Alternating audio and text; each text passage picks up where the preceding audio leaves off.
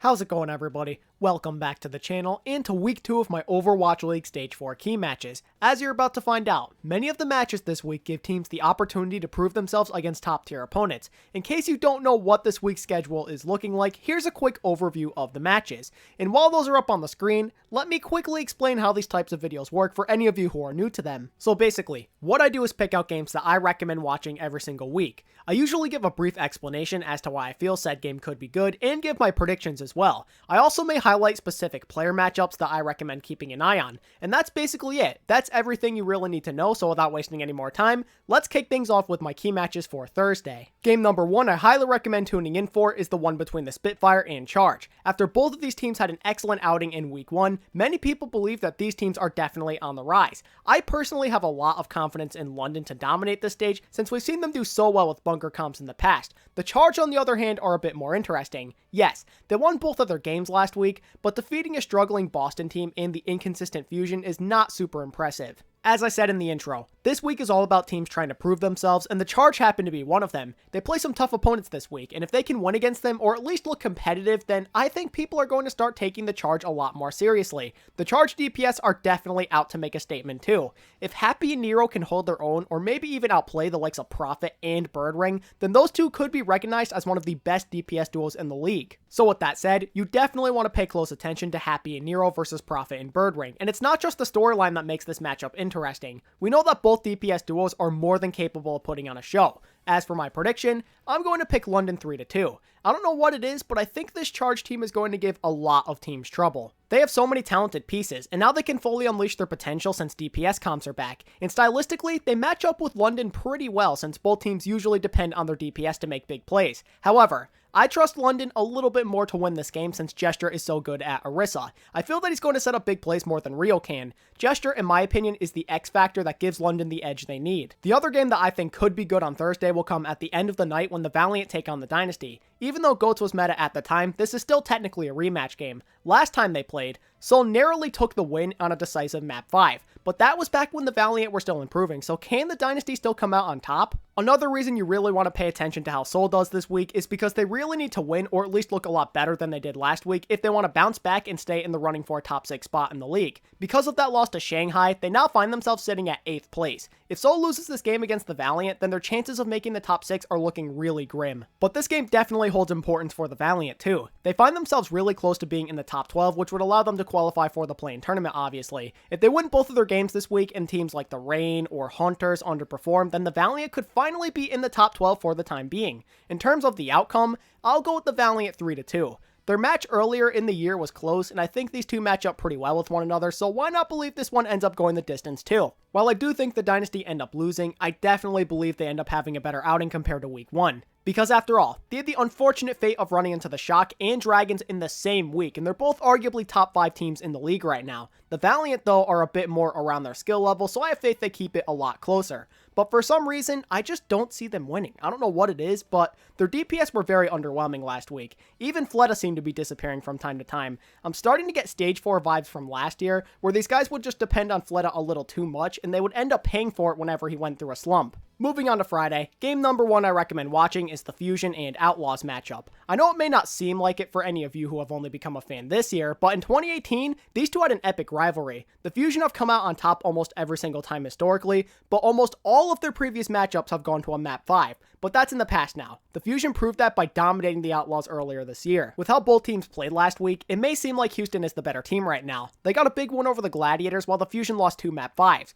Although my brain is telling me to go with the Outlaws since I think they may have figured something out after accidentally playing Dante last week, I'm going to go with my gut and say the Fusion take it 3-1 since they usually have Houston's number. The next game you should consider watching on Friday is the Gladiators and Hunters matchup. Both of these teams definitely had a very interesting week 1 to say the least. The Gladiators went from convincingly defeating the NYXL to getting 3-1 by the Outlaws. The Hunters, on the other hand, got a quality win over the Fusion, but also got taken to a map 5 by the lowly Boston Uprising. And unlike their game earlier in the year, I think this ends up being pretty good. Each of these teams like to run very unconventional strategies and compositions, so it's going to be interesting to see what happens when two of the most creative teams in the league clash for a second time. Last week, the Gladiators ran Hydration on main tank and some Symmetra Bastion. Let's see if they're bold enough to do these types of things against the kings of unpredictability in the Hunters. Definitely look out for any crazy comps these teams might break out, and pay attention to the battle of DPS duos too. Surefour and Decay versus Yangzhou Long or Bacon Jack plus Jinmu sounds very interesting. Each side has a pair of promising snipers, but the side I trust more here is Decay and Surefour. They're more consistent players in my opinion, and because of that, I'm picking the Gladiators to win 3-1. Game number 3 I recommend watching on Friday night is the Guangzhou Charge versus Hangzhou Spark. I already discussed that this week is pretty big for the Charge in terms of proving themselves as a worthy contender, so let's focus in on the Spark here. The one game they played last week was against the Atlanta Reign, and it was anything but pretty. It was a constant uphill battle the entire time. It was a struggle for them to even earn the one map they won in the series. The Reign were the superior team in every way imaginable, really. Guangzhou was getting focused hard, and nobody seemed to be able to pick up the slack. This may be the unpopular opinion since they look so bad against Atlanta, but I'm not ready to say the Spark are bad yet. It's been one game, and this team was dealing with some issues because of the Crystal drama, and them experimenting with substitutions probably only made things even tougher. Plus, one game is kind of a small sample size to go off of, but nonetheless, it's crucial that the Spark at least play better than they did last week. Winning this game would be a great way to improve this team's mindset and gain some needed confidence. Based off of what I've seen from previous stages, the Spark are a very momentum-based team. When they win, they're really confident, but if there's any issues, it seems like their team starts to fall apart. They need an easier opponent who won't make them struggle so much. Because I like the direction the Charge are going in, and I don't trust the Spark completely at the moment, I'll say the Charge take it 3-1. On Saturday, there's two games in particular that I think could end up being really good. The first of which is the Paris Eternal versus Atlanta Reign. As I mentioned just a few moments ago, the Reign had a good showing against the Spark. Meanwhile, the Paris Eternal also looked pretty solid. Convincingly defeating the Outlaws and nearly taking down the Valiant definitely caught everybody's attention. Soon, Shadowburn and Finzi had some standout performances. Paris appears to be a dangerous foe as it currently stands, but this team has started off strong in the past, but they always seem to finish their stages off poorly. This team has been plagued with inconsistency all year long, so I'll be looking to see if they can finally break that curse. Defeating an Atlanta team that many people have high hopes for would be a really good start. Because both of these teams appear to be close with each other in terms of skill gap, I think we could be in for a really close game. They match up pretty well in terms of DPS, tanks, and support. But as much as I liked Atlanta in their win against the Spark, playing your only game against a team that's being affected by drama and changes makes their win feel a little bit less meaningful for me. Then there's Paris, who beat a confident Houston team while pushing the Valiant to their limit in a 5-map series. Because Paris has impressed me just a little bit more than the Reign, I'll take the Eternal in a 3-2 victory. Definitely pay attention to the tanks in this game, by the way. Pokebo, Dako, Cloudy, and Finzi all appear to feel pretty comfortable with bunker comps. Both sides made some high impact plays for their team last week, and I feel that whichever side does a better job of making big pulls or hooks will be the team who has the edge in the end. The other highly anticipated game on Saturday for me will be the Gladiators versus the Shock. Now this looks like it could be a battle of the heavyweights. Each team is pretty loaded at DPS after all, and I mean, who wouldn't want to watch a potential Striker versus Decay Widow duel? That would be really epic. Void and Choyobin are also two of the top flex tank players in the league, so that's an individual matchup you should look out for too.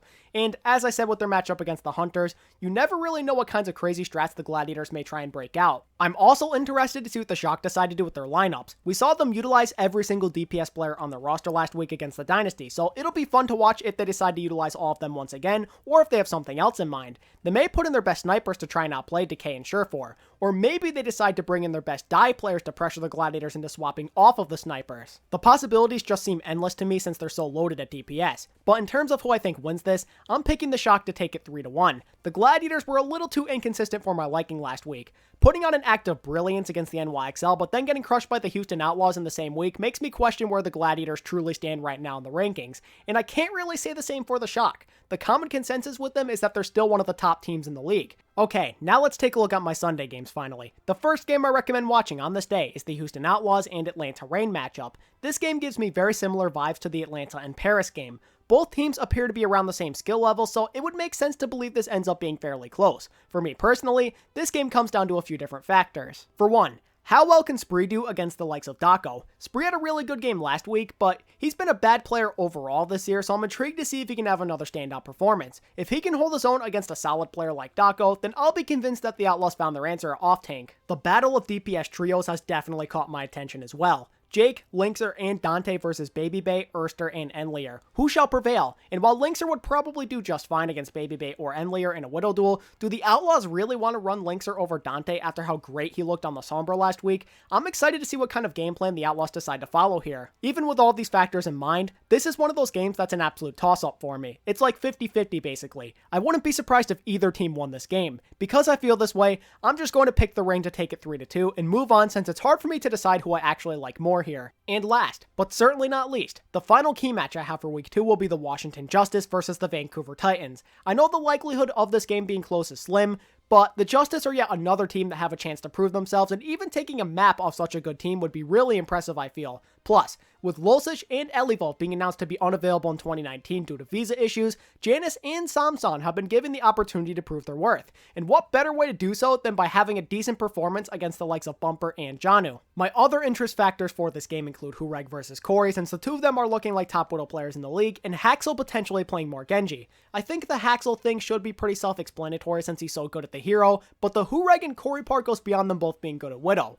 Hureg is in the process of completing an epic redemption story by going from bench scrub to a stage god. Meanwhile, Corey is out to prove that he is the #1 hit scan from the United States, or maybe even in the world. The Justice are definitely looking like they could finish the year off strong due to a pretty kind schedule and the Rolock, but at the end of the day, their opponents this week are going to be the Vancouver Titans, who are arguably the #1 team in the league right now, so I'm picking Vancouver to win 3-1. I have faith that the Justice could steal a map though. Maybe they squeak out a win on the Control or 2CP map since the Reaper May comp was looking really good last week. Or perhaps the Titans throw on the final map because they stopped taking their opponents seriously. Welp, that pretty much covers everything I wanted to say about this matchup, so with that being said, that's going to wrap up another installment of my key match series. What matches are you looking forward to watching the most? Make sure to let me know down in the comment section. If you enjoyed this content, then I would appreciate it if you could like and subscribe. As always, thank you all so much for watching today's video, and until next time, this is ATP, signing out. Peace.